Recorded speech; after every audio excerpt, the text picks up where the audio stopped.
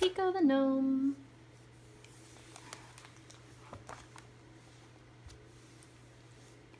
Down in the forest under a big oak tree, Pico the Gnome was fast asleep.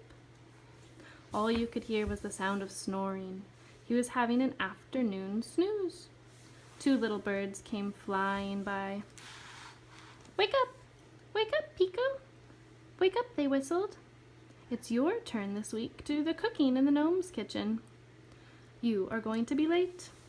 Pico woke with a start, leaped to his feet, and marched off as fast as he could through the forest. Thank you, little birds, he shouted over his shoulders as he went along. Soon Pico was in the gnome's kitchen working hard.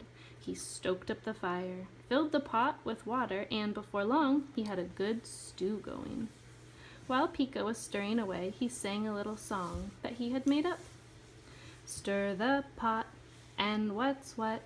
Turnips tot, nuts and hops, leaves and roots and tasty shoots, sprinkle salt, barley malt, steady, steady, soon it's ready.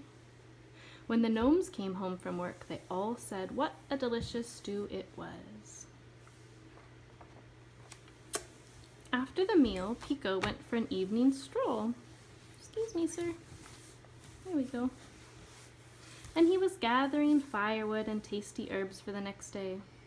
The sun was setting behind the distant mountains, clothing the world in a golden glow. Often, Pico... That's not gonna work. Say hello, friends.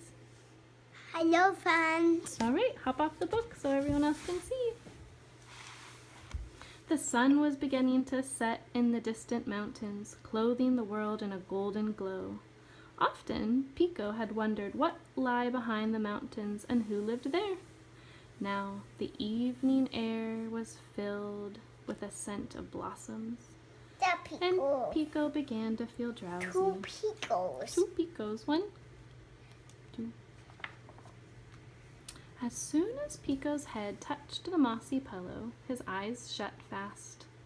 The stars were shining over the trees, and all was at peace in the forest. What's those eyes? Softly, a fairy emerged from the mist among the meadow flowers Oh, that's fairy. and sang, weaving dreams around Pico as he slept. Weave. Are you ready for the song? Yes. Sweetly sleep, dreaming deep. Have no fear, have no care. Let my song make you strong, for the day will bring dismay. When dawn came and touched the mountain with delicate colors, there was a distant rumbling in the forest. The ground shook and the birds flew up in the air. Do you see that centipede? Oh, he has a centipede on his hand. Can you move your hand? I'm trying to see the words. A giant! A giant, the birds warned. The gnomes scattered in alarm and made for safety to their caves. It's a giant. Here he comes. Only Pico heard nothing. He woke up happily after a blissful sleep, and he climbed over the rocks to a nearby waterfall to wash in the cool stream. A red squirrel called out to him, "Don't stay here! Listen, can't you hear the giant coming?" But Pico couldn't hear anything, for the noise of the waterfall was splashing. "I'm sorry, I didn't catch that," he said to the squirrel. The squirrel spluttered and shouted, "Run!" before dashing and going off through the trees. Run? Why should I run? Thought Pico. Do you want to help turn the Do you page? see the centipede? There's another centipede. I got it. Nice. The next moment, the trees were pushed aside, and he saw a giant boot right beside him. Help, he thought. Now he understood why he had to run. He turned and he made as fast as he could. Excuse me. The giant snorted with rage, and his huge club came crashing down on the ground. Pico ran as fast as he could while the giant's feet came crashing, crashing down, and again and again and again, destroying the trees and bushes and frightening all the birds and animals. Now, this made Pico cross. He gathered up his courage. Oh, here, let's see what Pico says to the giant. This made Pico cross.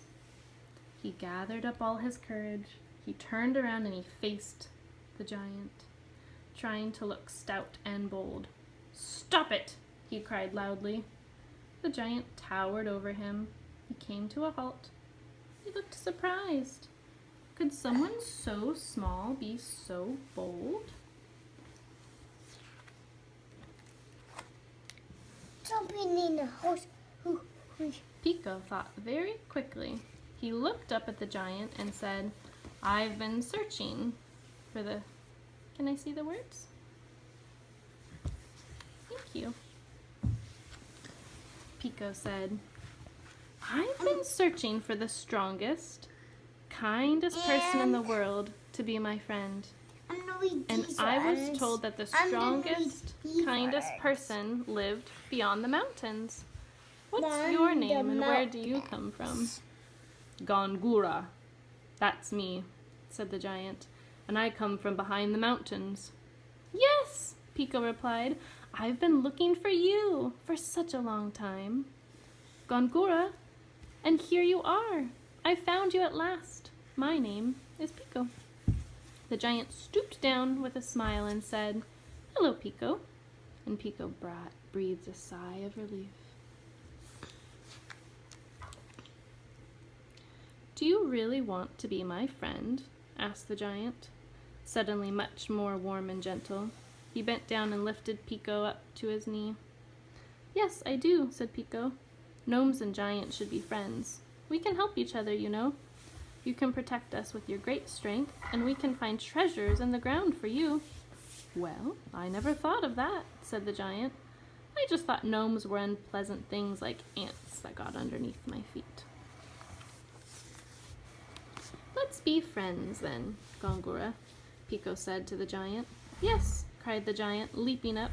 Pico went flying through the air. "Oh, I'm so sorry." The giant's voice was gentle again as he picked Pico up.